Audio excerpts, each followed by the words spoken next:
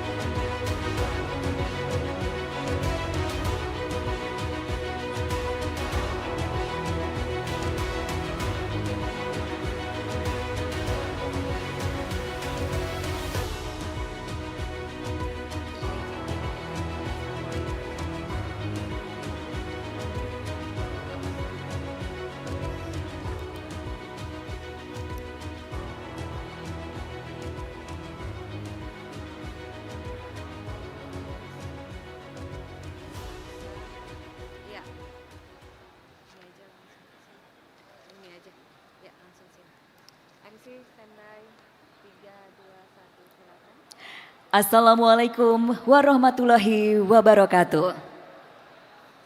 Shalom, Om Swastiastu, Namo Buddhaya, salam kebajikan dan salam sejahtera bagi kita semua. Selamat pagi dan selamat datang di hari kedua.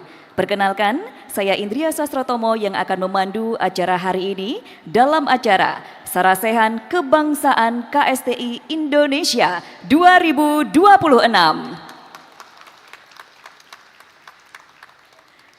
Acara ini merupakan sebuah forum strategis nasional yang menjadi bagian dari Konvensi Sains, Teknologi, dan Industri Indonesia 2026, mengusung tema Strategi Kemandirian Ekonomi dan Kesejahteraan Indonesia. Bapak Ibu hadirin yang kami hormati, sebagai pembuka forum diskusi pada pagi hari ini, kita akan berdiskusi dalam bidang pertanian, yang akan menjadi narasumber di sesi Sarasehan 1, yaitu Menteri Pertanian Republik Indonesia. Hadirin yang kami hormati, pada setiap sesi Sarasehan akan dibuka sesi tanya jawab. Bapak Ibu dapat melakukan tanya jawab melalui scan barcode yang akan muncul di layar LED.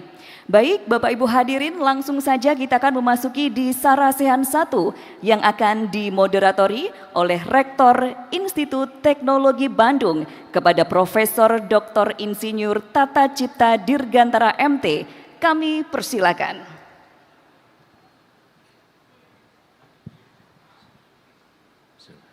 Assalamualaikum warahmatullahi wabarakatuh. Selamat pagi dan salam sejahtera bagi kita semua. Salam, Om Swastiastu, Namo Buddhaya, salam kebajikan.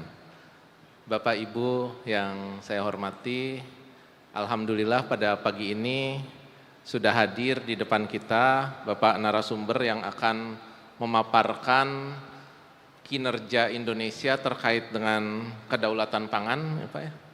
Terima kasih sudah hadir Pak Menteri Pertanian. Pak Menteri Pertanian ini Dr. Insinyur Andi Amran Sulaiman MP yang lahir di Sulawesi Selatan, SD, SMP, dan SMA-nya di Bone, kemudian melanjutkan S1 sampai S3-nya di Makassar. Beliau itu sangat aktif berkegiatan dan juga terakhir sekarang sebagai Ketua Umum IKA Unhas ya Pak ya.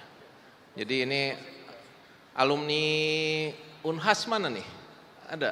Nah, banyak supporternya Pak. Alhamdulillah kita sudah hadir di sini dan Pak Menteri ini sudah memperoleh penghargaan Bintang Mahaputra Adi Pradana, Bintang Mahaputra Adi Purna, dan Bintang Jasa Utama. Tanpa berpanjang lebar, saya akan memberikan floor kepada Pak Menteri untuk menyampaikan paparannya dalam kurang lebih 45 menit, Pak. Mohon tidak lewat, Pak, karena pertanyaannya nanti ada puluhan pertanyaan, Pak. Silakan, Pak Menteri. Silakan.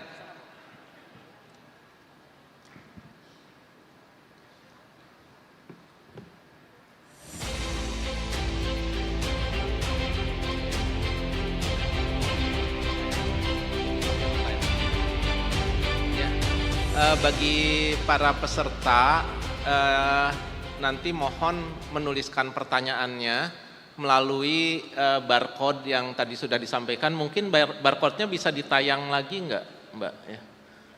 Agar semua peserta yang ingin bertanya sepanjang pemaparan ini nanti bisa mengirimkan pertanyaannya. Terima kasih. Terima kasih.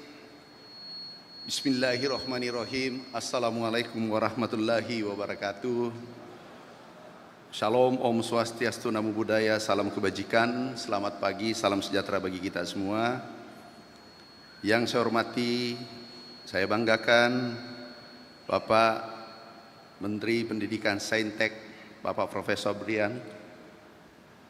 Yang saya hormati Ibu Wakil Menteri Pendidikan Tinggi Saintek, Prof. Stella. Yang saya hormati Ketua Majelis Rektor Perguruan Tinggi Negeri Indonesia, Profesor Dr. Edward Wolok, belum hadir. Ketuanya belum hadir. Yang saya hormati Sekjen Rektor Perguruan Tinggi Negeri Indonesia, Profesor Dr. Muryanto. Mungkin subuh baru pulang. Yang saya hormati moderator, Rektor IPB, Profesor Dr. Tata Cipta Dirgantara. Yang saya hormati tim teman-teman saya, staf ahli menteri, Profesor Desrial, juga sebagai komut PTPN, Palmko, Profesor Matsukur, Profesor Ali Agus. Ini dari UGM juga kayaknya ini, Pak. Jenderal Ito, Pak Imam, Letnan Jenderal Ida Bagus, Ustaz Suca, jadi lengkap dengan Ustaz. Kami selalu bawa Ustaz, Pak, biar aman. Bapak Ibu hadirin yang saya cintai. Bapak Ibu sekalian,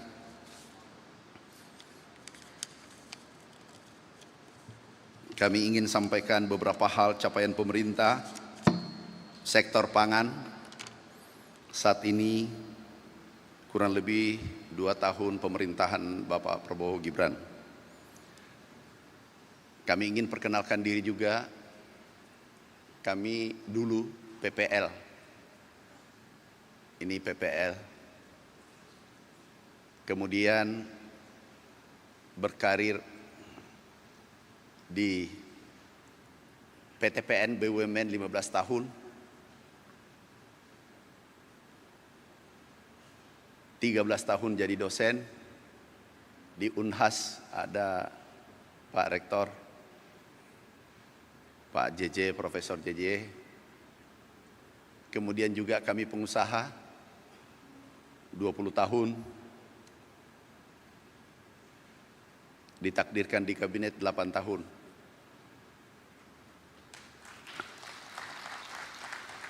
Bapak Ibu sekalian, kami ingin sampaikan beberapa hal tentang capaian swasembada pangan Indonesia. Pangan dan beras. Pada saat pertama kami diundang Bapak Presiden menghadap Maghrib, Pak Amran bisa bantu saya, siap Bapak Presiden, bisa enggak swasembada dalam waktu 4 tahun? Siap Bapak Presiden. 4 tahun dalam hati kecil saya, ini mudah, enggak sulit, karena sudah ada pengalaman. setelah beliau pidato di PBB depan pemimpin dunia, seluruh dunia, beliau sampaikan bahwasanya Indonesia stop impor beras dalam waktu 3 tahun. Kami nonton, dalam hati kecil kami mungkin ini salah ucap. Karena baru 21 hari berubah target. Bukannya berubah mundur tapi berubah maju. Bisa kita lihat potongan pidato beliau di PBB. Nanti kita lihat setelah 45 hari, tanggal 31 Desember kami diundang ke istana. Nah, ini pidato beliau. Enggak kedengaran ya? Kedengaran enggak? Ya enggak apa-apa, mungkin masih mengantuk juga. Asrotnya, asistennya. Indonesia recorded the highest rice production and grain reserves in our history. We are now self-sufficient in rice, and we are starting now to export rice to other nations in need, including providing Palestina. Bapak Ibu tahu nggak pidato beliau? Belum cukup 1 tahun beliau sudah menyampaikan akan swasembada. 45 hari kami dipanggil ke istana. Bayangan kami ini diklarifikasi, bukan 4 tahun. Kami menghadap sore. Beliau sampaikan, Pak Mentan, kemarin kami sampaikan 3 tahun di PBB. Pikiran saya minta maaf karena janji kita, kontrak kita 4 tahun. Ternyata apa yang disampaikan? Bisa enggak 1 tahun? Aku pikir susah ujian disertasi, lebih susah menjadi pembantu Bapak Presiden karena harus kita laksanakan, tidak boleh tidak. Itu belum cukup. Di sidang kabinet beliau sampaikan. Sidang kabinet setelah kami menghadap beliau, sidang kabinet sampaikan, Pak Menteri Pertanian sudah mengakui dan menyanggupi swasembada dalam waktu 1 tahun. Itu media menyorot dan kami dicari, mana ini Menteri Pertanian. Jujur waktu itu kami lewat belakang, lewat masjid, menghindari media. Karena mau jawab apa? 1 tahun. Alhamdulillah kerja keras kita semua, termasuk perguruan tinggi. Tanpa perguruan tinggi yang mensupport kami, kami tidak akan mencapai swasembada yang terjadi hari ini. Ada IPB, Unhas, Andalas, UGM, ITB, semua teman-teman terlibat. Haluleo, semua terlibat. Jadi bukan saya, kita semua capaian ini. Bapak Ibu sekalian, di akhir 2025, Indonesia mencapai swasembada beras dan pangan sempurna, yaitu tidak ada impor dan stok tertinggi selama Republik ini berdiri. Ini tidak pernah terjadi selama Republik ini berdiri. Ini 69, maaf Pak Rektor, sebenarnya saya lahir 69, bukan 68. Terlalu cepat sekolah waktu itu. Jadi kami lahir sampai 2025 ini tertinggi, hari ini berada pada posisi 5,1 juta ton, sedangkan kapasitas gudang kita hanya 3 juta ton. Jadi kita sewa gudang 2 juta ton dan beras-beras kita berada di seluruh pulau-pulau di Indonesia. Ini capaian kita, capaian anak bangsa, capaian putra terbaik bangsa. Bapak Ibu sekalian, kita lihat juga pertumbuhan kesejahteraan petani. Jadi kita menggunakan data. Nah ini saya bahagia karena berdiri di depan putra terbaik bangsa. Semua ada dalam ruangan ini. Dan kalau ingin merubah ini Republik, kita kolaborasi yang ada dalam ruangan ini. Kita bisa bergerak secara eksponensial. Bukan biasa-biasa. Karena putra terbaik ada di sini. Ini capaian tertinggi kesejahteraan 34 tahun adalah NTP 127. Ini data BPS, bukan data Kementan. Kementan kami minta seluruh dirjen, termasuk kami tidak boleh mengeluarkan data. Kemudian kesejahteraan petani tertinggi selama 25 tahun, yaitu kami serah terima di 0,67 karena baru terjadi krisis. Alhamdulillah mencapai 5,74% dan ini tertinggi selama 25 tahun. Bapak Ibu sekalian, itu beras. Kemudian pangan kita. Pangan kita karena banyak yang polemikan. Pangan beras. Kenapa beras terkadang identik dengan pangan? Karena yang mendominasi konsumsi kita makan adalah beras. Kalau di desa itu bisa 80%, 90%. Kalau kami waktu kecil itu 95%, 99% beras. Kenapa? Ikan kering sedikit. Tanpa sayur, tanpa lauk. Jadi pangan terkadang identik dengan beras. Nah, apa arti swasembada? Swasembada adalah sesuai FAO manakala kita tidak impor maksimal 10%. Ini konsensus kita. Itu maksimal 10%. Sedangkan beras medium tidak ada impor, bahkan kita ekspor. Kemudian pangan sesuai Perpres 125 tahun 2022, pangan ini yang kita jaga.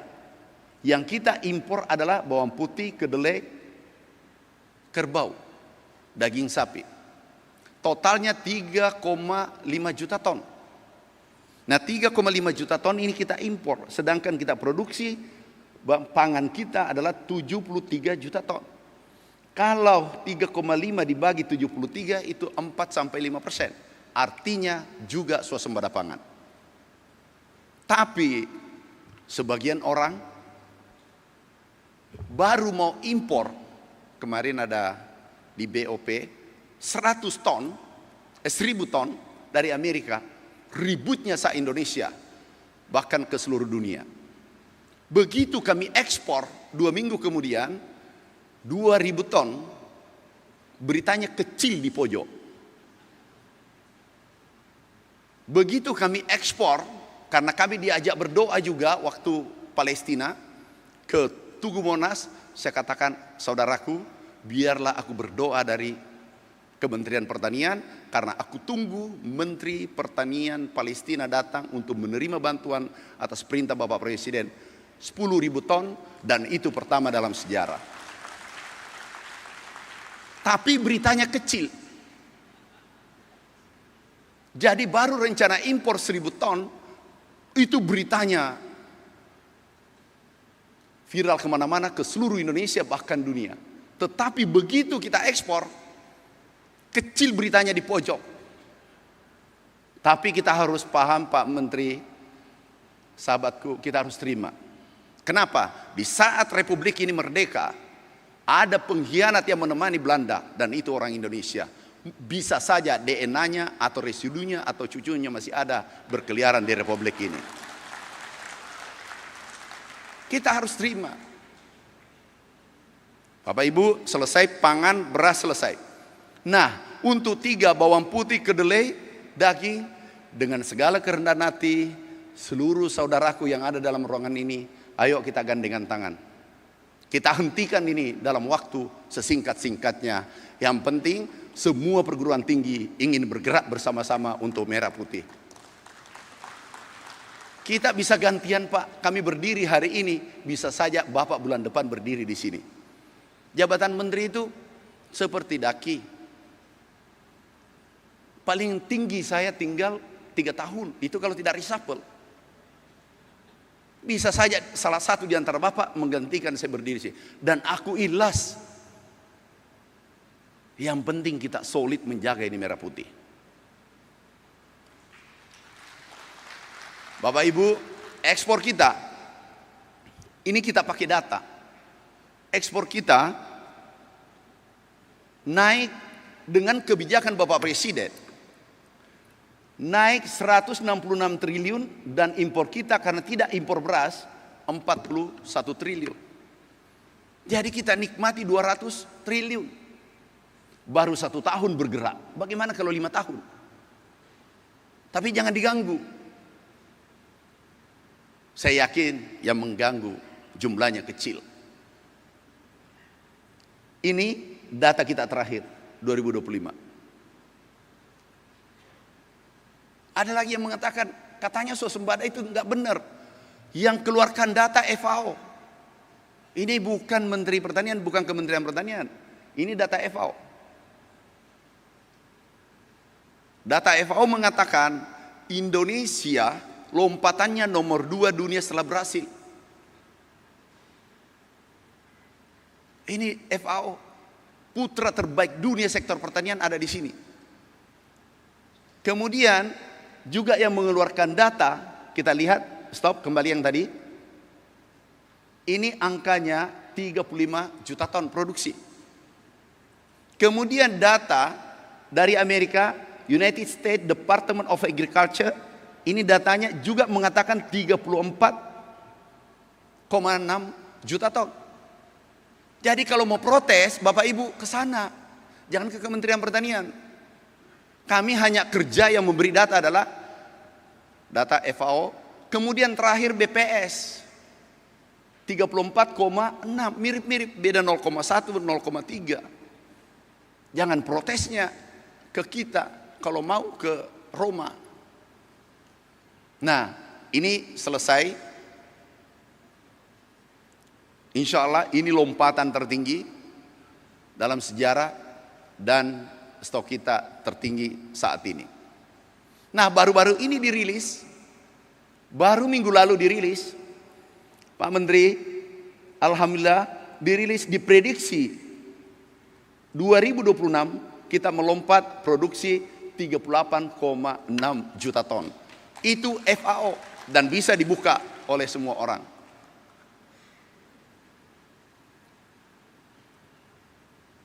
Tapi memang dalam kehidupan, kalau ada berhasil, ada yang sakit perut. Ada yang berhasil, ada iri. Bukan saja bernegara, dalam satu keluarga saja itu terjadi. Dalam satu desa itu terjadi. Tidak bahagia kalau saudaranya berhasil. Jadi kita harus terima. Bapak Ibu sekalian, itu capaian pangan kita. Insya Allah ini berkelanjutan. Berikutnya kami angkat untuk sektor pertanian, transformasi pertanian tradisional menuju modern. Jadi dulu ini menggunakan sapi mekanisasi beradik. Kemudian dulu ini 25 orang satu hari, atau satu orang bisa 25 hari 1 hektar. Ini bisa 4 jam. Bahkan ini bisa 2 jam, 3 jam pakai drone. Ini kita transformasi.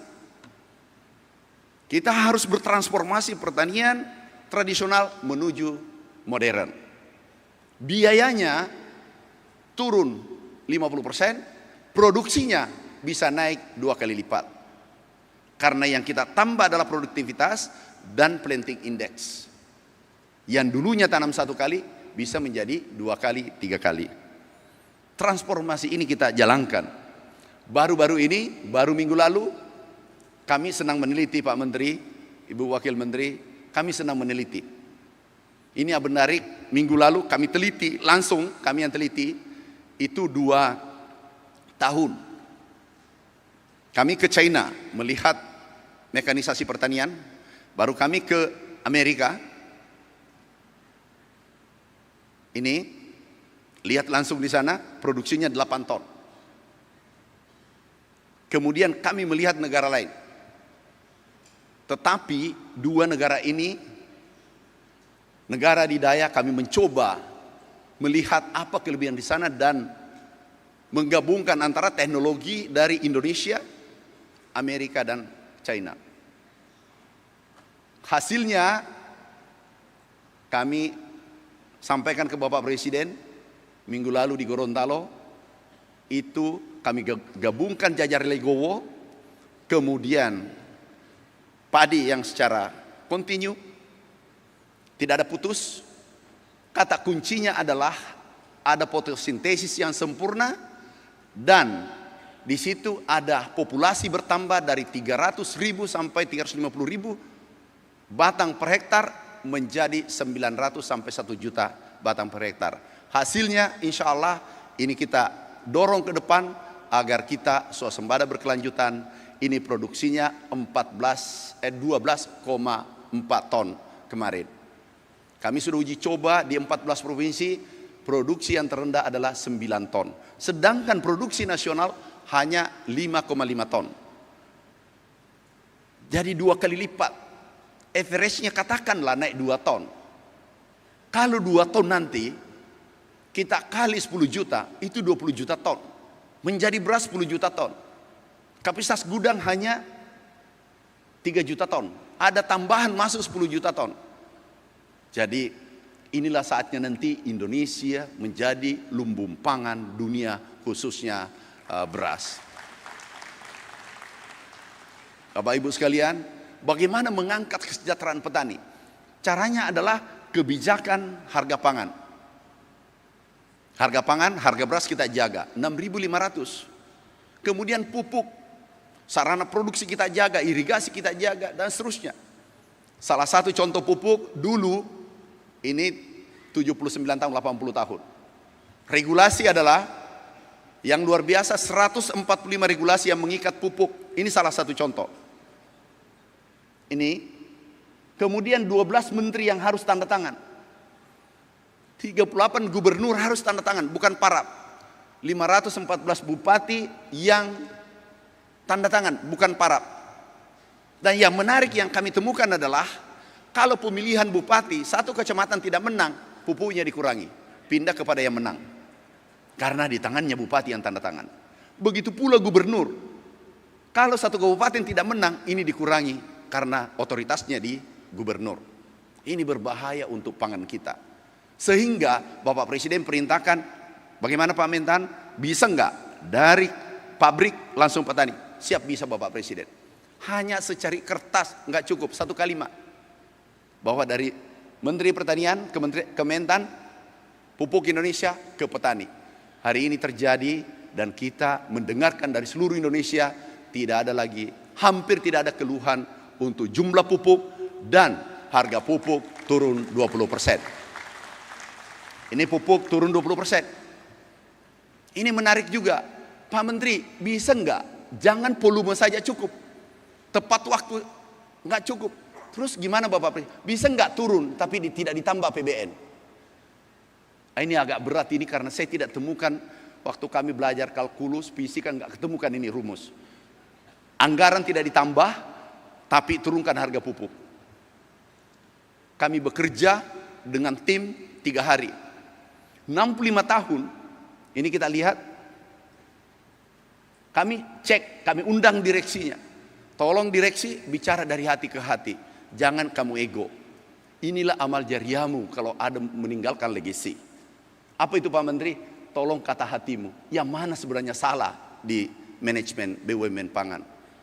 Izin Pak Menteri, bisa enggak aku subsidi, kami subsidi bahan baku, jangan di ujung. Yang disubsidi di ujung. Artinya sudah hasil akhir. Kami subsidi di bahan baku. Bahan baku sebelum masuk di Indonesia, negara yang beli. Kita menghemat 14 triliun.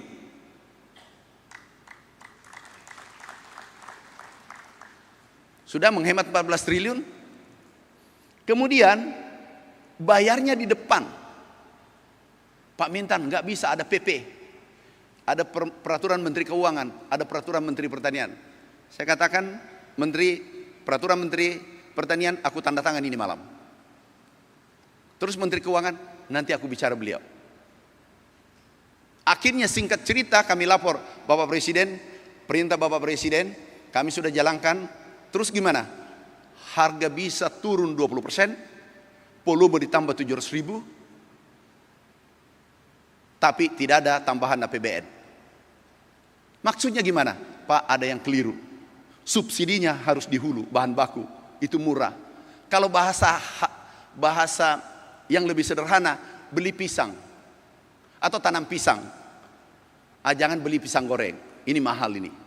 Apalagi belinya di hotel bintang 5. Ini yang kita tanam sendiri. Terus bisa Pak. Terus ada lagi yang aneh tapi nyata. Cost plus. Jadi kalau biayanya 10 triliun, untungnya 1 triliun.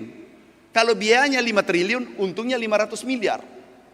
Jadi makin tinggi biayanya, makin tinggi untungnya. Akhirnya yang terjadi adalah pabrik yang umurnya 50 tahun, ini karena biayanya besar, ini yang dipelihara dengan baik, karena ini yang menguntungkan. Kemudian pabrik yang baru, ini jangan, karena efisien. Wajar, karena regulasinya demikian. Saya paham 65 tahun yang lalu, mungkin pada saat itu pabrik ini masih baru, sehingga mengatakan tambah 10% saja. Tapi ini tidak direvisi. 65 tahun, kehilangan kita, peluang adalah 500 triliun. Ini kehilangan peluang kita. 524 triliun. Kemudian kita menghemat sampai 2035 513 triliun. Alhamdulillah hari ini tidak menambah PBN, pupuk subsidi turun 20%, kemudian volumenya tambah 700.000 dan membangun pabrik baru 7 tanpa tambahan APBN. Maaf Bapak Ibu, ini putra terbaik, saya bicara di depan putra terbaik bangsa. Kebijakan jauh lebih berbahaya daripada koruptor.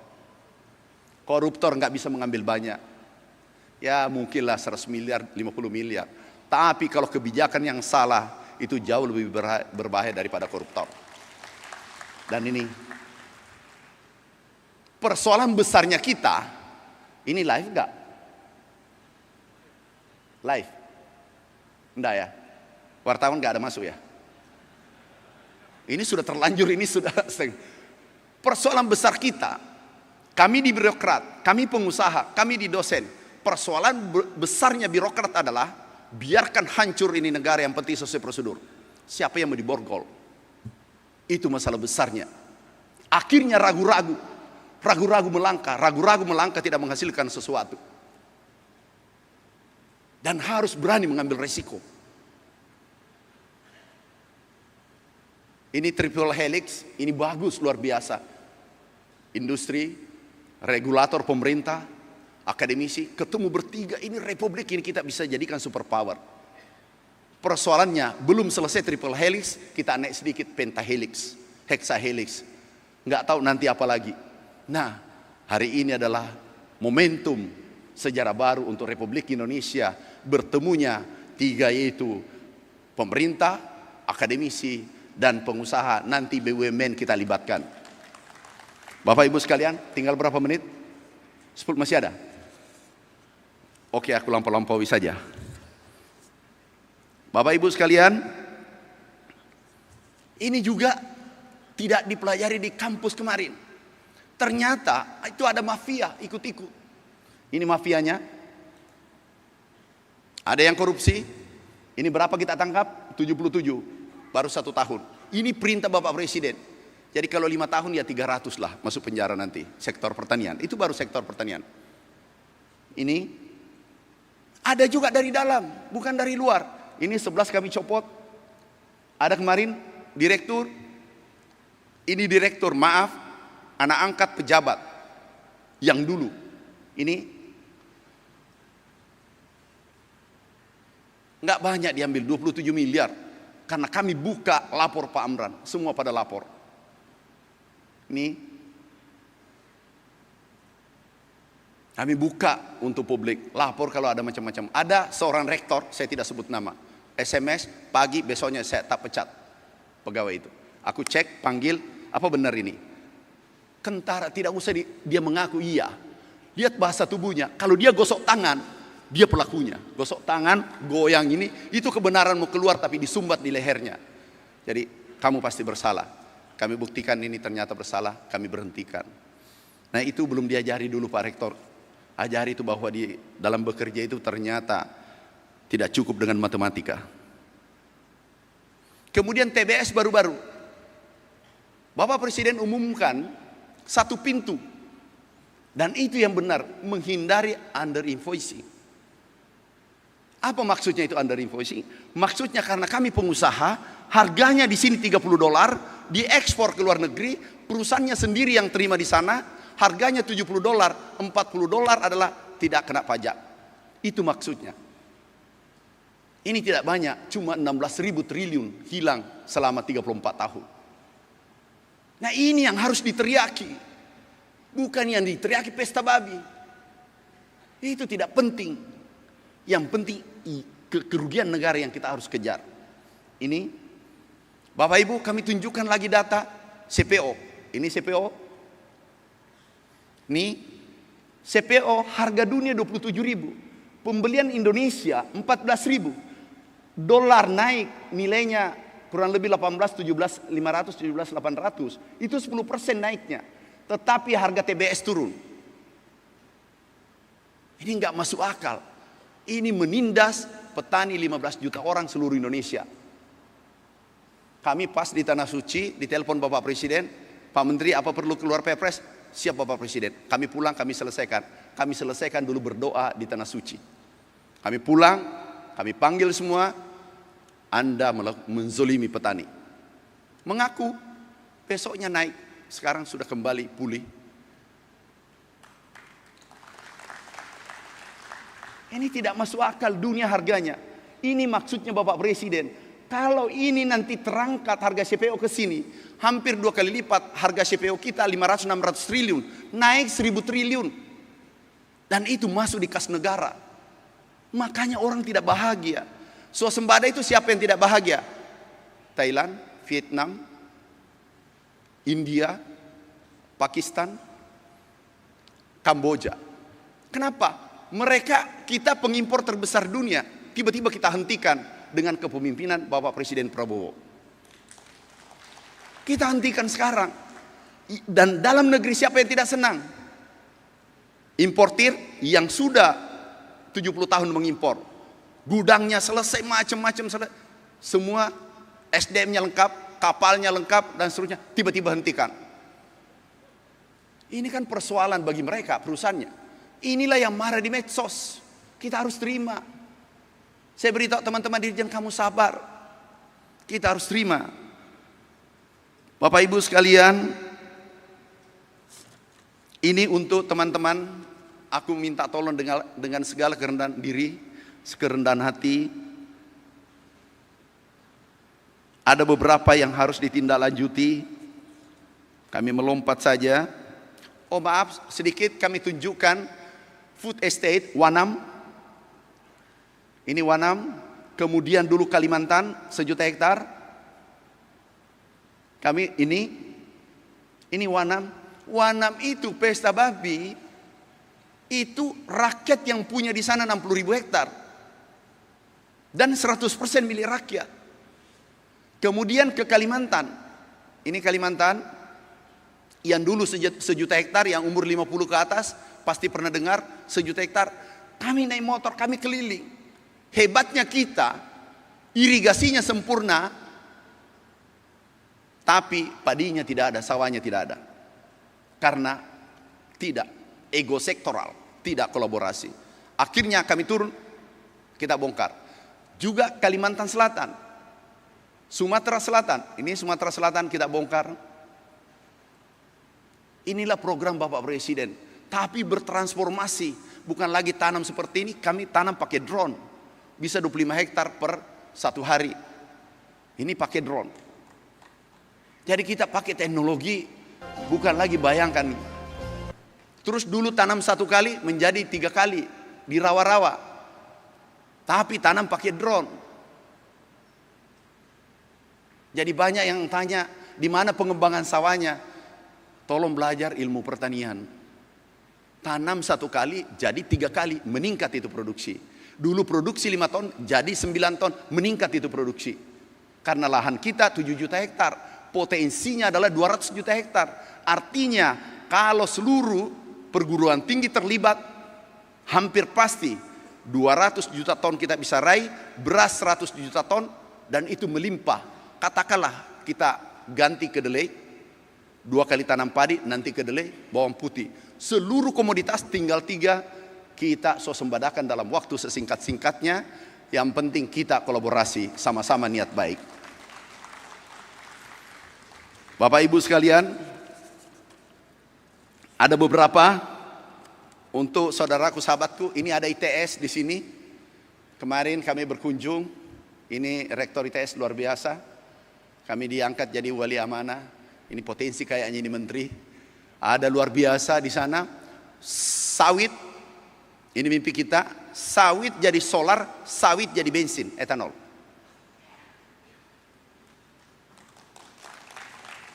Kita ini negara superpower. Ini sawit. Etanol, ini hari tanggal berapa? 27. 3 hari lagi Indonesia tidak impor solar. Dan sejak merdeka impor solar, itu gagasan Bapak Presiden. Ini B50. Kami gagas 2014, bisa tunjukkan datanya. Ini dulu 2019 kami gagas, kami diketawai, ini orang gila, menteri gila, masa bisa. Hari ini 5 juta ton kita impor solar, 1 Juli sudah stop, insya Allah sampai anak cucu kita ke depan. Kemudian bensin, nanti dulu kita di-ban negara-negara Eropa, sawit sekarang ketakutan. Kenapa? Kalau mereka tidak ambil, kita konversi masuk jadi solar. Jadi mudah kita mainkan ini dunia. Dengan solar saja, masih bisa tambah 2 menit nggak? Oh, karena ini nanti, ini tinggal 3 menit, ini nggak sempurna nanti. Ini bagiannya dosen, bisa? Pak Rektor, minta maaf Pak Rektor. Kan enggak apa-apa, sudah balas. Ini mumpung sudah banyak yang hadir. Bapak Ibu, mimpinya presiden kita, swasembada pangan, swasembada energi, diesel, protein, etanol yang terakhir. Yang 3 sudah selesai di 1 Juli. Jadi semua pulau ini mandiri pangan, mandiri energi, mandiri protein. Sehingga tidak ada biaya angkut. Inflasi terkendali dengan sendirinya. Dan kesejahteraan naik. Itu mimpi-mimpi kita. Kemudian kembali yang tadi, kita bisa memainkan peran. Nanti kita hilirisasi. Nah, disinilah kami sektor pertanian sangat butuh teknik, kemudian sarjana pertanian, agrokompleks. Semua terlibat, termasuk sarjana hukum, profesor hukum. Kenapa? Banyak mafia di dalam. Kami tidak pernah belajar itu junto-junto pasal-pasal. Jadi kami butuh sarjana agama menasihati yang selalu memfitnah kita. Seluruh fakultas butuh sektor pertanian. Bapak Ibu sekalian, kita lihat CPO kita. Kita menguasai dunia. Kita menguasai dunia. Kalau harga CPO naik, kita lepas. Kalau dia turun, kita tarik jadi solar. Apakah kita tidak kendalikan dunia? Baru CPO. CPO 60% diproduksi oleh Indonesia. Dan sekarang sudah bisa jadi solar, bisa jadi bensin. Inilah yang digagas sehingga banyak negara ketakutan dibawa ke pemimpinan Bapak Prabowo Subianto. Kami keliling dunia. Kalau kami ini datang, tamu kami hari ini datang ada 2-3 negara. Rusia datang. Saya bilang saya dahulukan dulu, ada guru saya. Kami datang, tolong beri masukan supaya aku lebih kuat menghadapi negara-negara lain. Bapak Ibu, kalau ini kita kendalikan satu, kemudian kita hilirisasi nantinya, ini sawit kita hilirisasi itu bisa 20.000 triliun. Ini kasar hitungannya. Karena baru tadi malam aku taati jam 3, jam 2 lewat aku bangun. Kami bangun.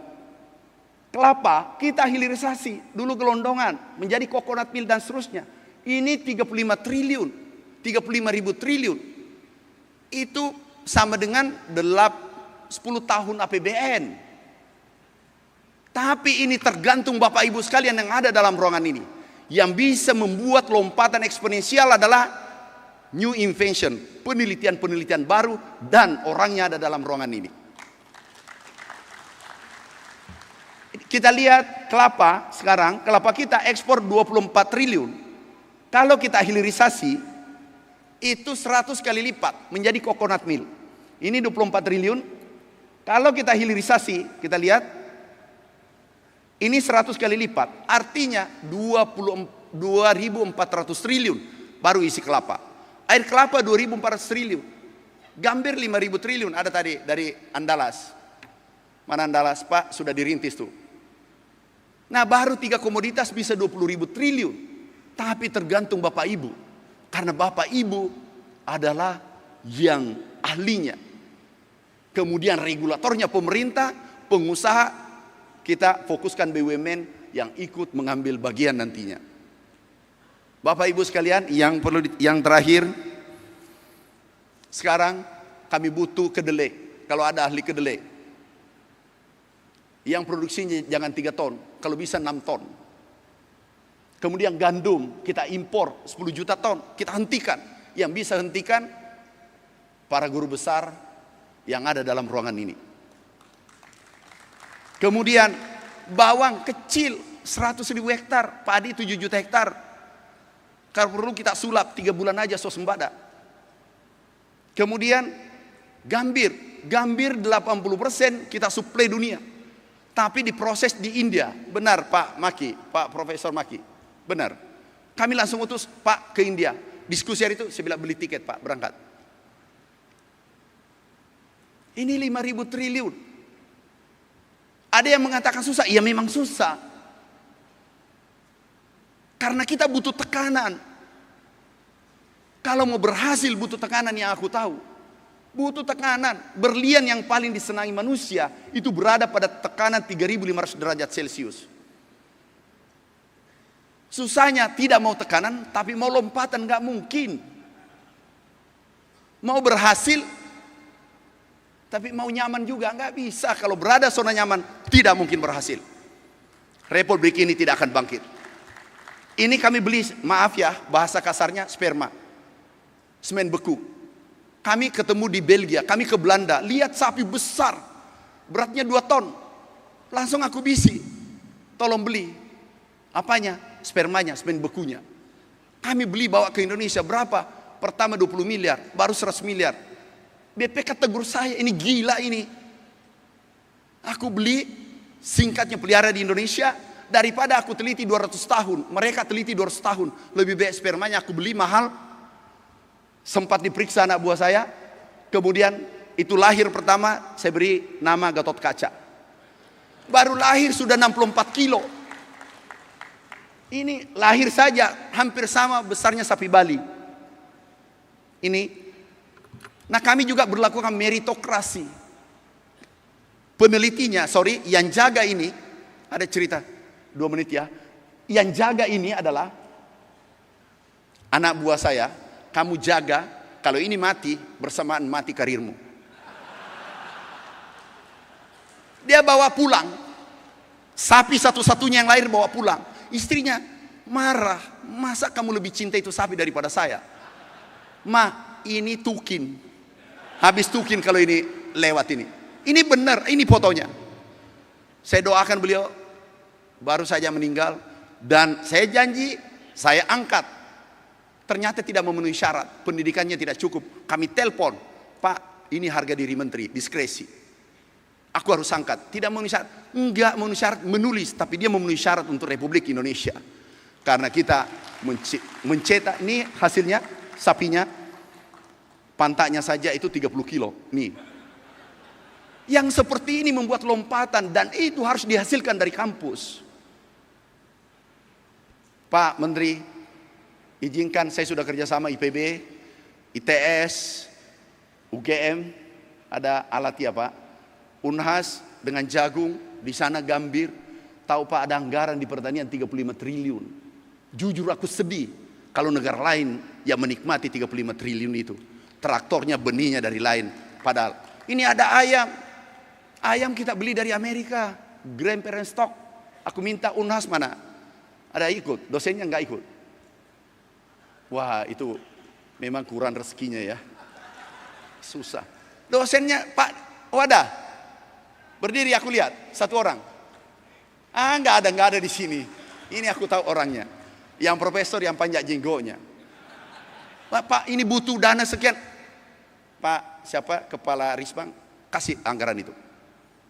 Aku yang tanggung jawab. Diskresi menteri, saya tanda tangan. IPB 250 miliar. Mana? Ada Pak Rektor IPB? Nggak hadir. Nggak ada ya? Oh, pengusaha guru besar. Yang wakili siapa? IPB nggak ada hadir. Ada? Oh, ada. Kami ini beritanya langsung tanda tangan 250. Pak, bisanya cuma 80 miliar. Enggak, 250 miliar. Saya juga ditekan presiden. Kita saling menekan supaya ini republik ini berhasil. Terima kasih. Wassalamualaikum warahmatullahi wabarakatuh.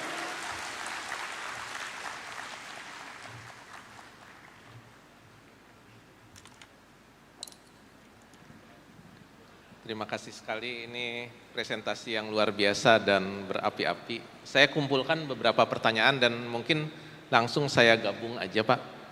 Pertanyaan pertama itu terkait bagaimana perguruan tinggi dapat berperan dalam pendampingan petani, pengembangan teknologi tepat guna, kemudian riset komoditas unggulan di apakah ada petanya, jadi daerah mana, komoditasnya apa gitu ya. Kemudian bagaimana perguruan tinggi swasta juga bisa terlibat Pak, harus nelpon siapa gitu ya kira-kira ya supaya bisa ikut terlibat Pak. Mungkin itu satu pertanyaan dulu Pak. Oke. Makasih Pak. Jadi ini sudah terlibat sebenarnya. Tapi yang ini sudah terlibat. Pertama ayam, petanya ada. Kami mimpikan ayam saja itu maaf ya, kita buka-bukaan aja. Yang menguasai cuma 2 orang.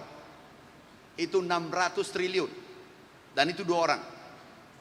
Dan di dalamnya tidak ada alumni kita. 2 orang itu. Ya kita buka-bukaan aja. Nah kami buat peta, kalau bisa mandiri protein setiap provinsi dari ayam ini, bisa buka petanya. Ini petanya di mana? Ini totalnya ini sesudah sebelum, ini betul-betul swasta kendalikan. Ini 653 triliun. Tapi 70%, 80% itu dikendalikan 2 perusahaan. Kemudian kita ubah, inilah keinginan Bapak Presiden, BUMN dan perguruan tinggi kolaborasi. Ini petanya ke depan. Coba tunjukkan, ini bukan peta yang langsung, tunjuk lokasi. Bisa nggak? Ini ada petanya Pak, kemudian juga ini ada. Nah masih banyak yang belum saya sampaikan Pak, memang tidak cukup kalau 1 jam. Membahas negara baru cuma 40 menit, itu nggak mungkin. Nah ini kitab, ini petanya, wilayahnya ada. Kemudian untuk ada hilirisasi, menopang hilirisasi adalah perkebunan. Ini anggarannya 9,9 triliun. Kalau ada dosen mau praktek atau mau tanam sendiri, punya lahan 5 hektar daftar, ditanam, cuma modalnya telunjuk ini tanah saya. Yang penting jangan tanah orang ditunjuk. Ini gratis, 870.000 hektar, hampir 1 juta, nilainya 9 triliun, kurang lebih 10 triliun. Nah ada masalah besar, itu PBK, apa namanya, penggerek batang buah kakao. Nah kalau ada bisa menyelesaikan Pak, hari ini kita tanda tangan MOU di depan Pak Menteri. Jadi, dan kalau bawang ada mau teliti Pak, sekarang ada anggarannya, bawang putih, tapi jangan produksinya kayak Indonesia, 15 ton. Harus di atasnya Cina, 35, Bapak 36 sajalah, jangan jauh-jauh. Jadi Pak, masa 35 triliun, jujur, aku tidak mau lihat kalau itu produk dari luar negeri. Kami langsung menghindar. Tapi begitu mengatakan IPB 3S, kami sudah belikan dari IPB. Sekarang, kemudian ini daerahnya, bawang putih Pak, kemudian kedelai. Ini untuk teman-teman dosen kalau ada mau berpartisipasi kita kerjasama. Mana kedelai kita ingin capai kembali swasembada 3-4 tahun sampai 5 tahun ke depan. Ini PR kita, kedelai, sapi, bawang putih, ubi kayu kita hilirisasi, yang demandnya tinggi tingkat dunia. Coba lihat, yang 6. Ini turun terus. Ini maaf, ada belum saya sampaikan, itu karena IMF. IMF dulu memberi syarat kepada Indonesia bahwa harus pasar bebas. Lah Mike Tyson diperhadapkan dengan Elias Pikal tanpa wasit, mati. Dulu swasembada 93, sekarang 0. Hancur-hancuran. Tuh mandi susu. Nah ini Bapak kalau bisa terlibat di sini. Dulu kita impor 48%, sekarang sudah 80%. Kedelai kita dulu swasembada. Ini mandi susu nih. Karena marahnya, kami pertemukan yang satu pendapatannya 11 triliun, ini orangnya, yang sebelah kiri saya, yang anak muda 5 juta. Terus tidak wajib dibeli. Kami langsung minta buat regulasi, cabut regulasi saran IMF. Kalau you tidak beli susu sapi peternak, kami tidak beri ruang untuk impor. Alhamdulillah dia sudah damai. Dan itu kebijakan tegas oleh Bapak Presiden. Nah ini banyak sekali Pak. Sektor pertanian sangat menjanjikan. Kenapa? Seluruh jurusan fakultas bisa terlibat. Dakwah saja bisa. Ekonomi lebih-lebih. Jadi kita kolaborasi aja Pak. Nanti mekanismenya gimana? Mekanismenya adalah Pak Prof Desrial. Ini nanti Prof Desrial kan dari IPB. Berdiri Pak Prof. Ini Prof Ahmad Syukur, ini Prof Agus, ini melalui 3 orang ini Pak. Sebenarnya masih banyak, tapi itu biarlah ketemu guru besar dengan guru besar supaya enak. Ya. Jadi baik Bapak Ibu, ini kalau ada yang ingin dibicarakan silahkan dengan. Ini boleh tinggal juga Bapak, kan ya. Bapak profesor juga sesudah dari UGM, ini, begitu ya. IPB. Ya. Baik Pak, pertanyaan berikutnya terkait dengan lahan Pak. Ini bagaimana petani itu bisa memperoleh lahan yang berkeadilan, kemudian juga akses pembiayaan, teknologi, dan harga, serta akses terhadap distribusi. Makasih, harga sudah selesai, harganya dinaikkan HPP pemerintah yang membuat petani bahagia. Itu 6.500.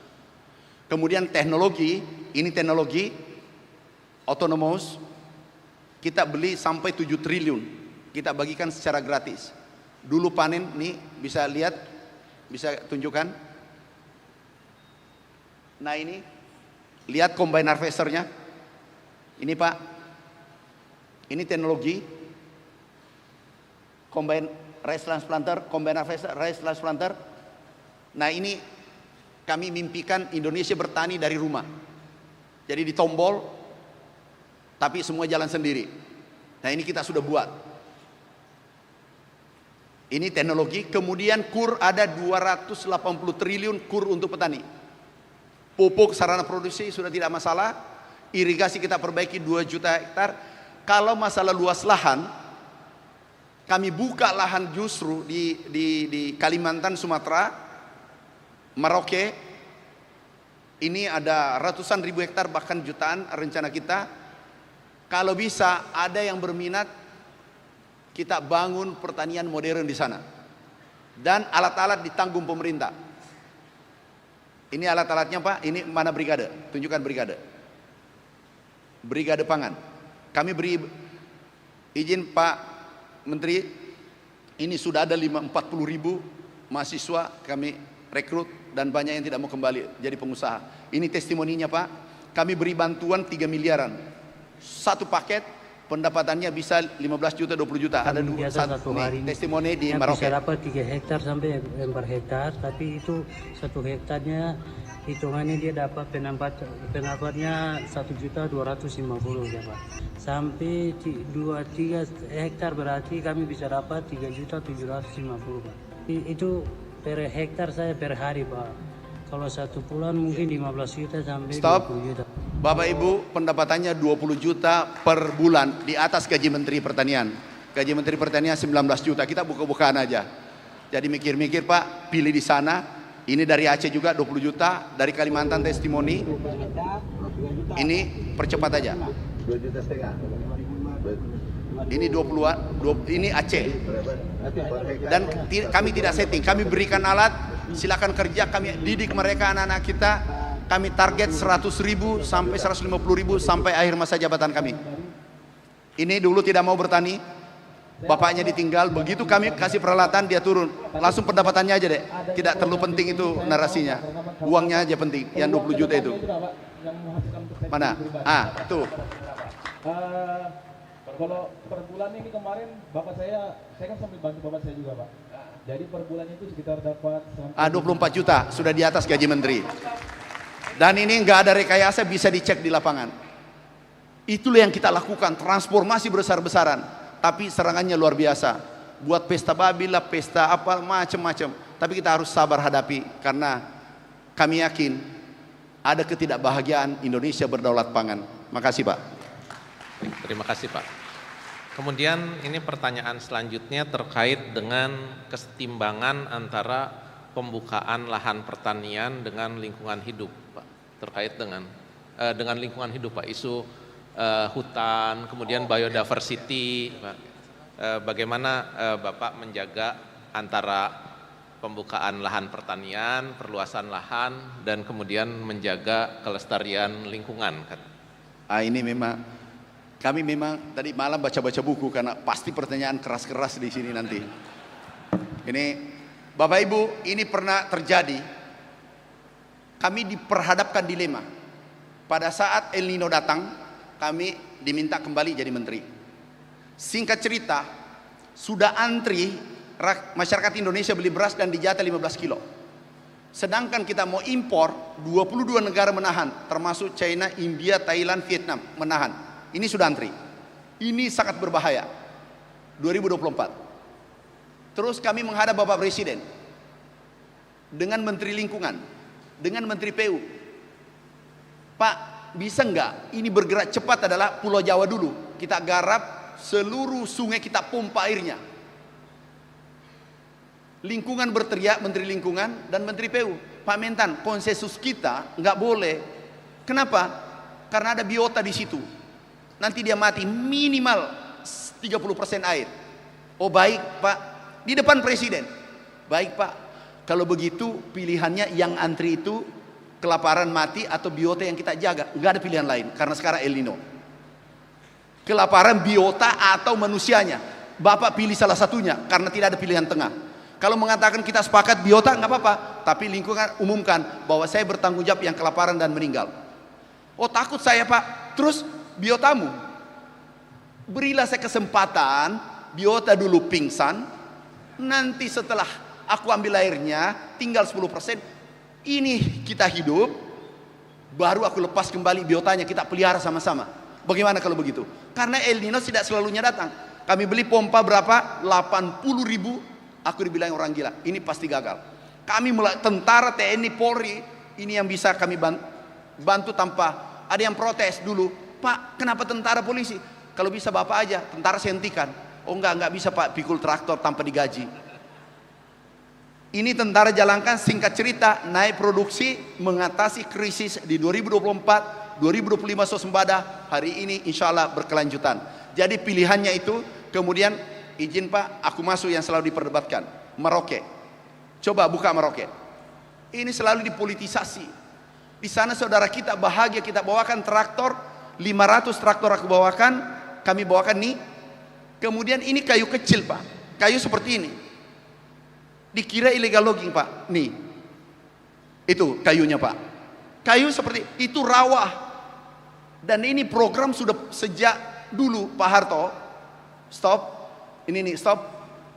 Bergerak ke ujung. Bisa nggak? Ya, stop. Ini kita kerjakan, itu MIFE dulu. Kemudian yang Kalimantan 1 juta hektar, yang sisa-sisa dulu tidak dijalankan, kami datang lanjutkan, Presiden perintahkan. Dan itu adalah kayu-kayu seperti ini, nggak ada kayunya Pak. Nah kalau bisa, manusianya, pangannya tersedia, energinya tersedia, proteinnya tersedia, kita jaga biota, bersama-sama jaga lingkungan. Karena kita tidak membawa itu buta juga, itu nggak ada hutan, itu rawa. Rawa ini kami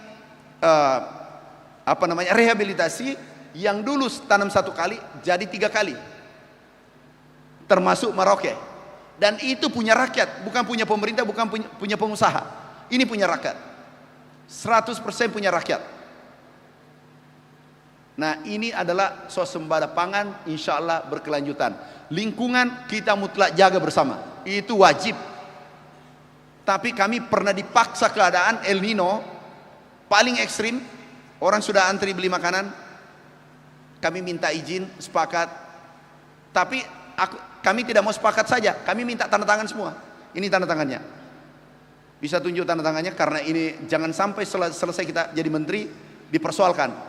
Jadi ini tanda tangan yang di atas adalah polisi, jaksa, BPKP, BPK, tanda tangan. Di bawah adalah kontraktornya. Jadi yang mau ditangkap dengan yang mau menangkap sama-sama tanda tangan. Terus diminta menteri tanda tangan. Jangan, menteri itu cuma satu. Kalau you saling menangkap tidak masalah. Jangan libatkan menteri. Begitu Pak Menteri. Makasih. Baik Pak, menarik sekali Pak. Ini pertanyaan berikutnya terkait dengan lahan bekas pertambangan Pak. Jadi banyak wilayah pertanian yang sebetulnya berdampingan dengan lahan-lahan pertambangan. Nah, bisakah itu dikolaborasikan Pak? Jadi pemulihan lahan bekas pertambangan, apakah ada kebijakan atau bagaimana perguruan tinggi bisa membantu untuk pemulihan lahan eks tambang ini untuk produksi Pak? Terima kasih. Makasih. Tolong yang bertanya ini ada nggak orangnya? Angkat tangan Pak. Bapak buat proposalnya, mau tanam apa saja, ada kakao, mente, kopi, tebu, silakan tanam, biaya pupuk semua yang ditanggung oleh Kementerian Pertanian. Dan Bapak mau miliki sendiri boleh. Bapak gaji dosen kan aku tahu, karena saya dosen juga aku tahu. Sudahlah, Umega urusan menambah gaji. Kalau Bapak tanam 20 hektar itu bisa 20 hektar 20 ton. Berapa harganya itu? Kalau 70 juta 1,4 miliar Pak, lumayan itu. Pendapatannya bersih 1 tahun. Ya 20, hitung-hitung kalau bisa 40. Pak, buat proposalnya di mana tempatnya? Ketemu Propdestrial, tanamannya sudah ada sekarang. Baik, terima kasih Pak. Enggak usah MOU, langsung saja buat proposal. Lama nanti, Pak Menteri kan sahabat saya. Saat ini kami sedang mengajukan proposal Pak, mohon izin saya. Berapa hektar Pak? Berapa hektar? Bagaimana? Berapa hektar? Oh, masih belum sekitar 100 sampai 5.000 hektar. Tapi udah, nggak masalah. Bapak mau tanam apa?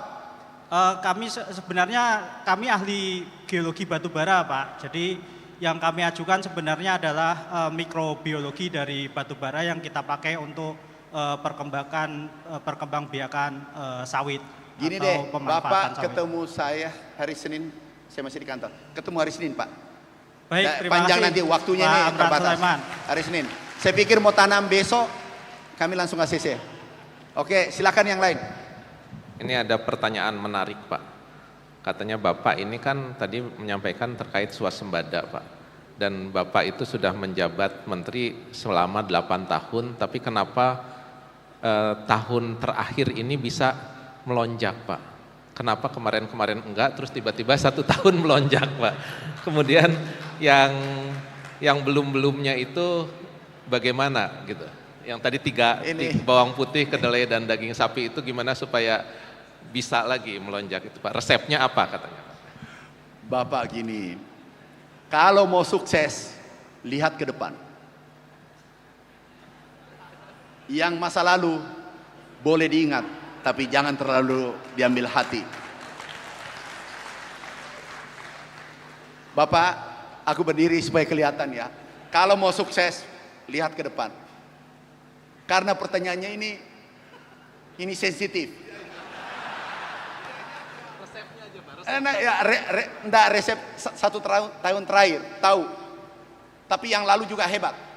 Dulu swasembada juga Prof. Cuma beritanya agak kecil. 2017, 2019 swasembada. Boleh buka beritanya. Cuma ini juga bagus. Semua pemimpin kita bagus. Dan tidak ada juga pemimpin sempurna termasuk saya. Pasti ada kelemahan. Kenapa kami ke sini? Karena ingin para guru besar, para guru saya yang hebat-hebat ini mengisi kekurangan saya hari ini. Makanya aku paparan. Nah, ini buka, ini Prof. Makanya tadi saya katakan kebijakan itu penting. 16. Maaf. Tidak pernah terjadi selama Republik ini berdiri. Sudah pulang asisten saya. Ini cari, bukan. Ini dulu peta jalannya aku sudah buat. Kami sudah buat dulu. Peta jalannya kami sudah buat. Ini boleh tunjukkan nggak regulasi, impres? Yang pupuk tadi turun tanpa APBN. Ini Pak, 16 impres keluar oleh Bapak Presiden Prabowo dan biasanya 1 itu 3 tahun. Ini impres pupuk, kami lapor malam, besoknya sudah terbit. Pak Menteri, benar kan? Ini 16 impres keluar. Karena kebijakan itu sangat penting. Yang lebih parah kalau yang membuat kebijakan tidak tahu, yang juga menerima kebijakan tidak tahu, itu fatal itu. Itu kacau balau itu bernegara itu. Apalagi, maaf ya, apalagi di sini orang hebat semua. Apalagi pura-pura pintar, itu paling berbahaya. Dia tidak tahu tapi gengsi, akhirnya dia bernarasi tidak penting, padahal dia tidak tahu. Maaf, kalau kami lihat saja menerangkan, ini tidak paham ini. Dia paham kulitnya ini, dia tidak tahu apa yang terjadi di lapangan. Nah, ini impres terbit sudah 16 sampai hari ini. Ini lagi ada lagi impres yang mirip yang impres pupuk itu mungkin minggu depan sudah terbit lagi.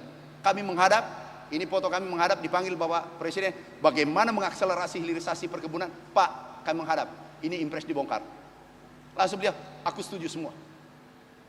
Oh siap Bapak Presiden, kami garap sekarang seperti pupuk tadi. Jadi kebijakan Pak, kebijakan dulu juga bagus karena hari ini akumulasi sejak Bung Karno. Semua punya kelebihan. Pak, kalau kita suami istri, kalau Bapak mencari kelemahan istri terlalu banyak. Tapi itulah cinta. Cintalah membuat kita bahagia. Kalau Bapak cuma mau cari teropong kelemahannya, ini gajinya kurang lagi di story ini. Ya kapan kita bahagia suami istri kalau begitu? Ya begitulah juga pemerintahan. Pak, masa lalu ilaskan, kita tatap masa depan. Terima kasih Pak. Ini kemudian terkait dengan bagaimana mencetak petani muda Pak.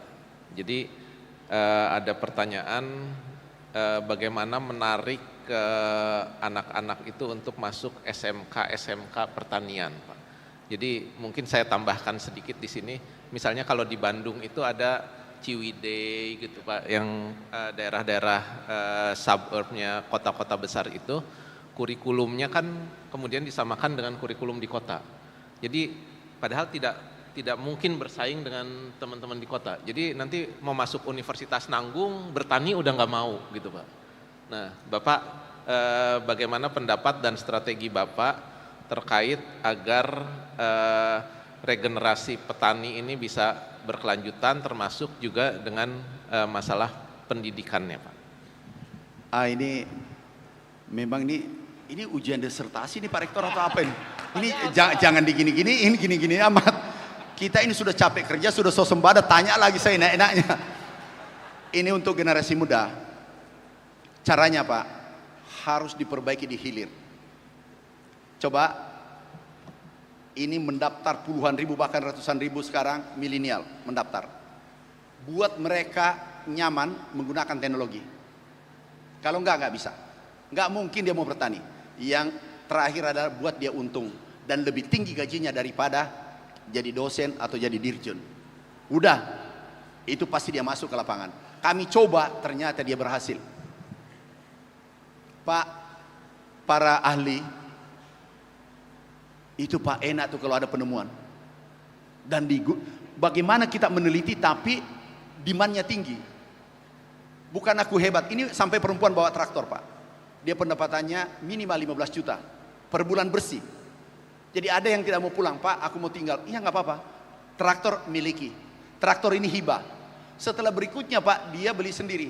Jadi anak sekarang milenial harus menggunakan AI, menggunakan teknologi. Kalau nggak bisa, nggak bisa Pak.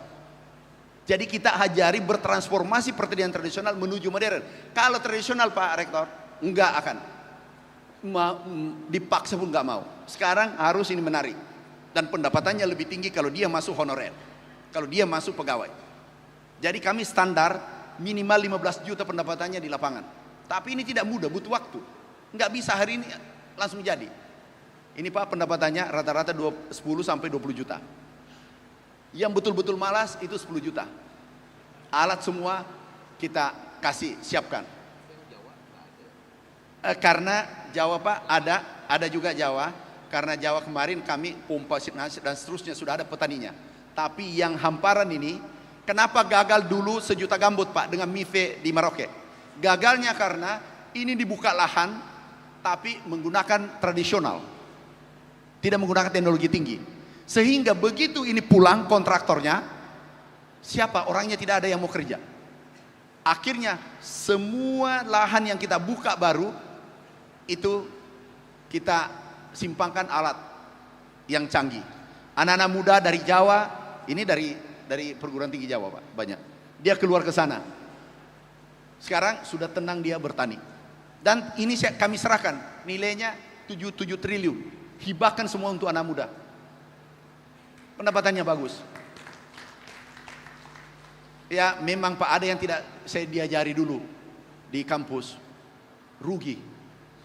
Untung terus. Jadi di otak untung terus. Begitu ketemu lapangan rugi terus. Padahal kalau mau sukses usahakan rugi 5 tahun atau 10 tahun. Kami rugi 13 tahun Pak Rektor. Yang pahit aku tidak ceritakan. Kenapa mahasiswanya nanti takut? Ini racun tikus nih, namanya tiran, kami teliti. Tikus diracun oleh Amran, nih. Ini. Kami buat, setelah itu kami jalan 13 tahun, baru bisa tembus. Begitu tembus Pak, nikmat. Untungnya gak banyak, 5.000%. Ini ada wartawan nggak? Enggak ya? 5.000%, karena yang dijual ini. Tapi kalau kita jual mobilnya, traktornya Jepang, untung 5%. Tapi kalau kita jual ide, itu 5.000% untungnya. Karena yang tahu cuma Tuhan dengan kita. Itulah kelebihannya akademisi bisa melompat eksponensial untuk sejahtera. Ya hitung-hitung royalti 10%, 20% itu besar Pak. Ini royalti kami dapat. Ya Pak ya. Jadi teknologi tidak bisa dipungkiri, teknologi didorong. Dan inisiatornya adalah kampus. Inisiatornya adalah kampus. Makasih Pak. Baik Pak, ini pertanyaan berikutnya Pak. Jadi ini banyak pertanyaan Pak, misalnya dari Aceh, kemudian tadi ada dari Universitas Pertahanan. Jadi ingin perjodohan Pak, antara ini daerah ini ada potensi apa begitu ya, kemudian ingin dijodohkan dengan Kementerian Pertanian. Nah, kelihatannya kalau dari pertanyaan ini, masalahnya itu adalah ketersediaan informasi dan ketidaktahuan bagaimana mengakses informasi kemudian menindaklanjutinya Pak. Nah ini mungkin pendapat Bapak dan bagaimana menyelesaikan masalah ini Pak. Jadi tadi kan Bapak sampaikan triple helix itu harus ada irisannya kan Pak. Kalau sekarang kayaknya ini lingkaran yang di sini dan lingkaran di sini belum ketemu Pak. Nah, silahkan Pak. Ini betul. Jadi ini cinta segitiga yang masing-masing pasif. Maaf kita buka-bukaan aja. Ada pasif karena punya kepentingan. Tapi sama-sama kalau kita punya idealisme untuk merah putih, pasti cinta itu saling mencari. Tapi triple helix, pasif, satu maaf masa bodoh, satu ya sudahlah kita ambil teknologi dari luar negeri, lebih mudah. Ada pengalaman kami Pak, baru saja terjadi. Kami beli truk alat, maaf, dari dalam negeri. Rusak seketika cepat.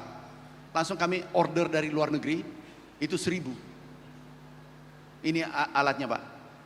Ini terjadi pada diri saya. Kami sebagai pengusaha, bukan sebagai menteri. Nah, ini dipertemukan Pak, jangan ada ego. Kalau perlu kita saling jatuh cinta.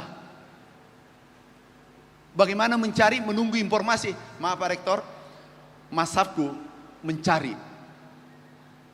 Kalau mau jangan mencari, bukan lagi kejar bola, rampas bola di era sekarang.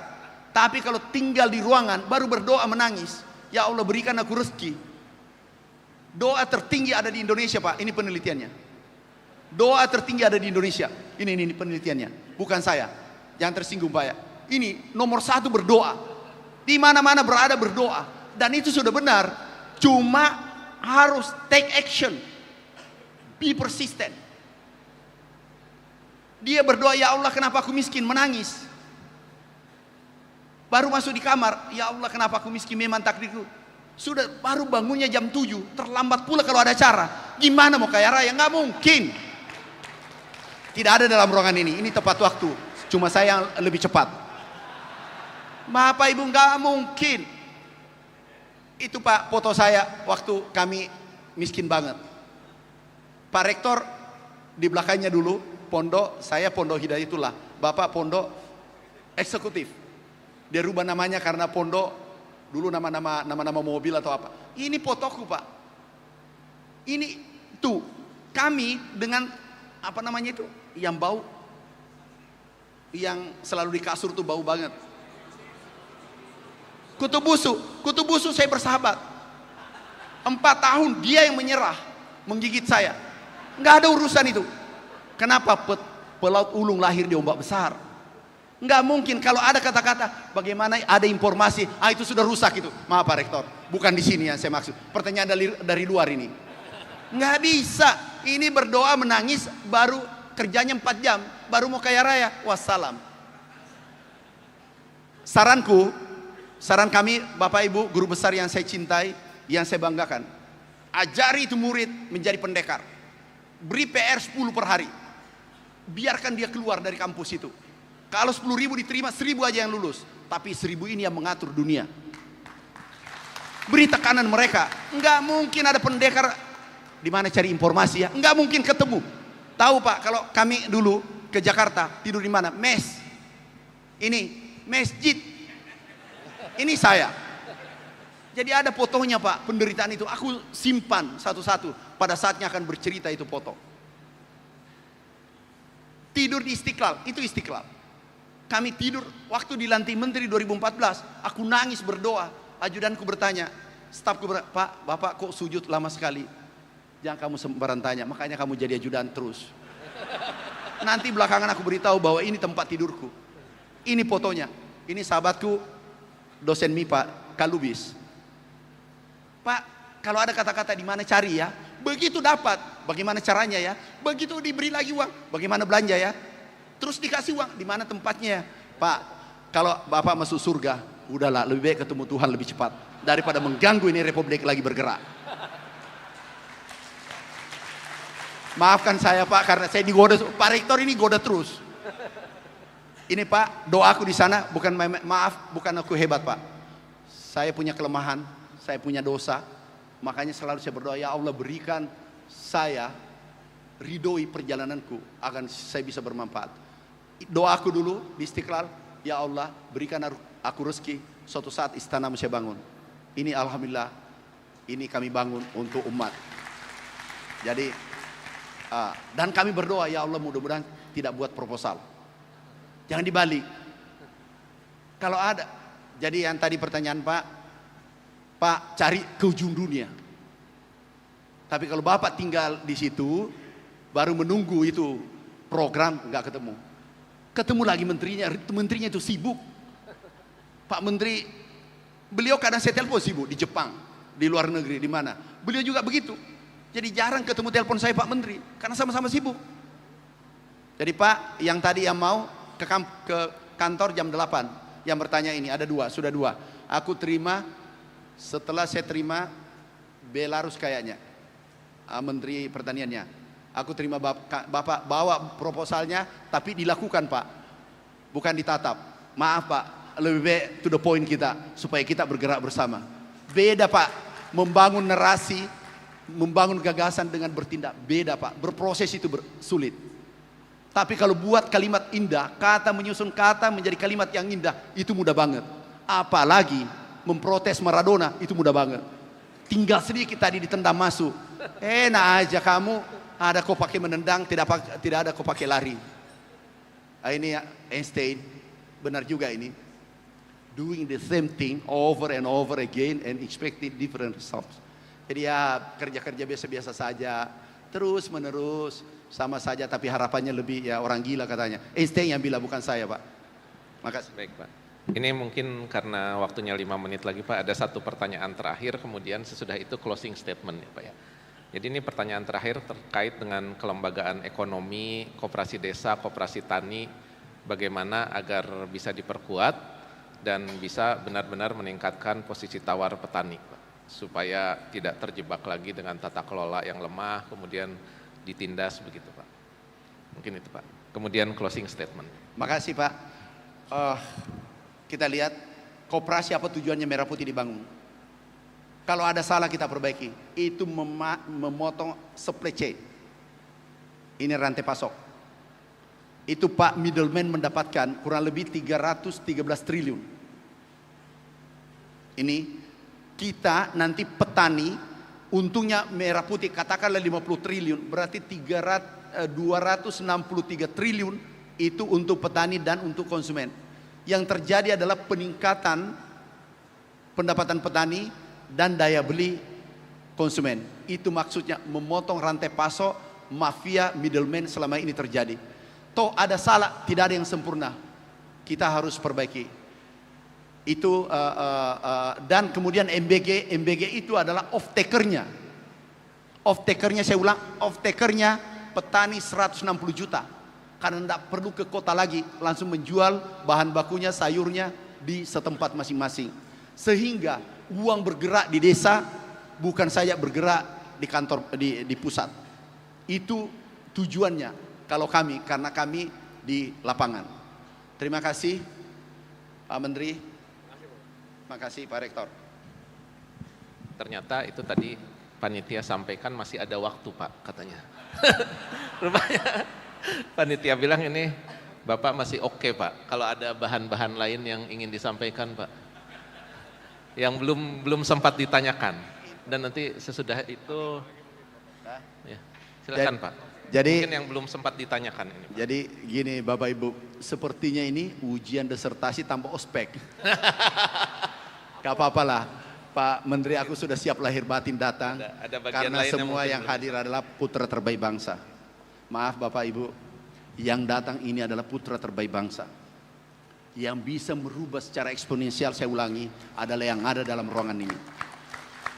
Jangankan 2.600 yang hadir, 100 saja. Kalau Bung Karno 10, sekarang karena penduduk banyak tambah menjadi 100. Tapi tujuannya sama.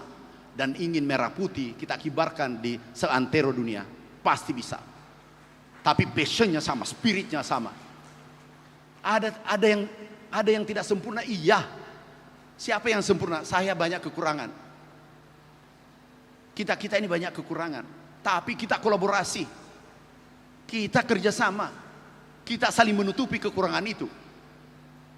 Karena percaya negara lain tidak ingin Republik Indonesia menjadi superpower. Dan diperhitungkan 2045 Indonesia ekonomi terbesar, nantinya nomor 5 dunia. Dan itu sudah diprediksi pada ahli-ahli dunia. Sekarang sudah kelihatan. Itu baru sektor pertanian tadi. Belum kita cerita nikel. Kalau nikel Pak kita kuasai 52%. Saya cerita dengan Pak Menteri tadi. Ini menjadi baterai. Ini bisa merangkai motor, merangkai mobil, merangkai laptop, drone, semua baterainya dari Indonesia. Tapi jangan dikirim dulu ke luar negeri, baru kemudian diimpor kembali. Ini bisa pusat menggantikan Jepang, Korea Selatan, China menjadi pusat otomotif dunia. Nikel bahan bakunya 52% ada di Indonesia. Pabriknya sudah ada di Kalimantan. Ini ini mensuplai Amerika, Eropa, negara-negara besar, termasuk Cina. Jadi kita ini kaya banget. Cuma habis energi memperdebatkan yang tidak penting. Yang diperdebatkan impor 100 ton, yang diperdebatkan pesta babi, pesta lah, tapi jangan lupa dibumingkan. Jadi Bapak Ibu kolaborasi, insya Allah Indonesia superpower. Terima kasih. Wassalamualaikum warahmatullahi wabarakatuh. Terima kasih Pak Menteri. Mungkin dari Pak Mendikti Saintek, silakan.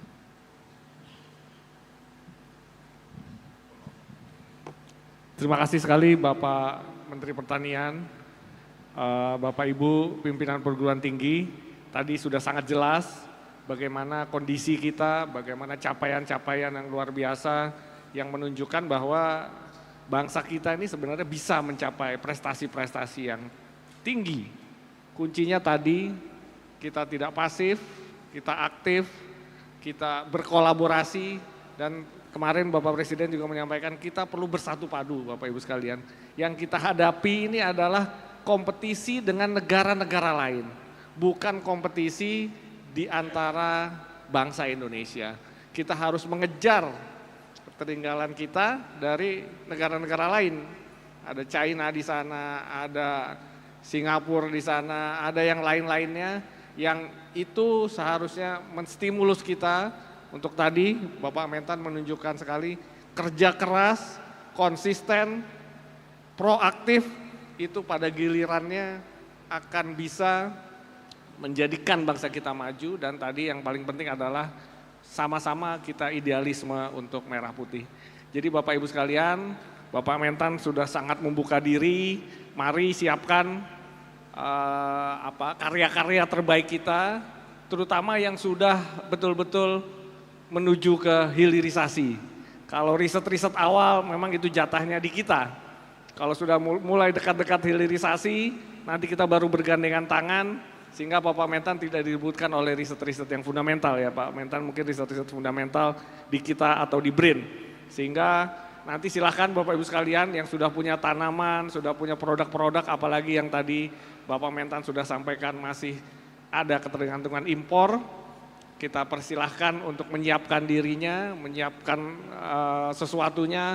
Lahan saya rasa dari Kementerian Pertanian bisa ya Bapak Mentan. Jadi lahan sudah bisa disiapkan, kami dorong kita semua berkontribusi sehingga sejarah akan mencatat bahwa kita-kita yang ada di ruangan ini di bawah koordinasi bimbingan Bapak Menteri Pertanian, kita bisa diingat oleh 280 juta penduduk kita bahwa kita pernah menjadikan bangsa ini swasembada terhadap satu produk-produk pangan yang masih impor. Demikian dari saya, sebagai tambahan sekali lagi kami ucapkan apresiasi dan ungkapan terima kasih yang sebesar-besarnya untuk Bapak Menteri Pertanian yang sudah berkenan hadir di sini serta memberikan begitu banyak informasi yang sangat penting dan lebih dari itu Bapak Menteri Pertanian juga sangat membuka diri untuk seluruh kampus bisa terlibat nantinya dalam berbagai program unggulan Bapak Presiden di bidang pangan, pertanian yang dikoordinasikan oleh Bapak Menteri Pertanian. Terima kasih sekali lagi, semoga sehat selalu Bapak Menteri Pertanian, kita berikan aplaus untuk beliau. Assalamualaikum warahmatullahi wabarakatuh. Baik, terima kasih. Sekali lagi nanti ada beberapa staf khusus Menteri Pertanian yang mungkin Bapak bisa berinteraksi sesudah sesi ini. Sekali lagi Pak Menteri Pertanian, Pak Amran, paparan yang sangat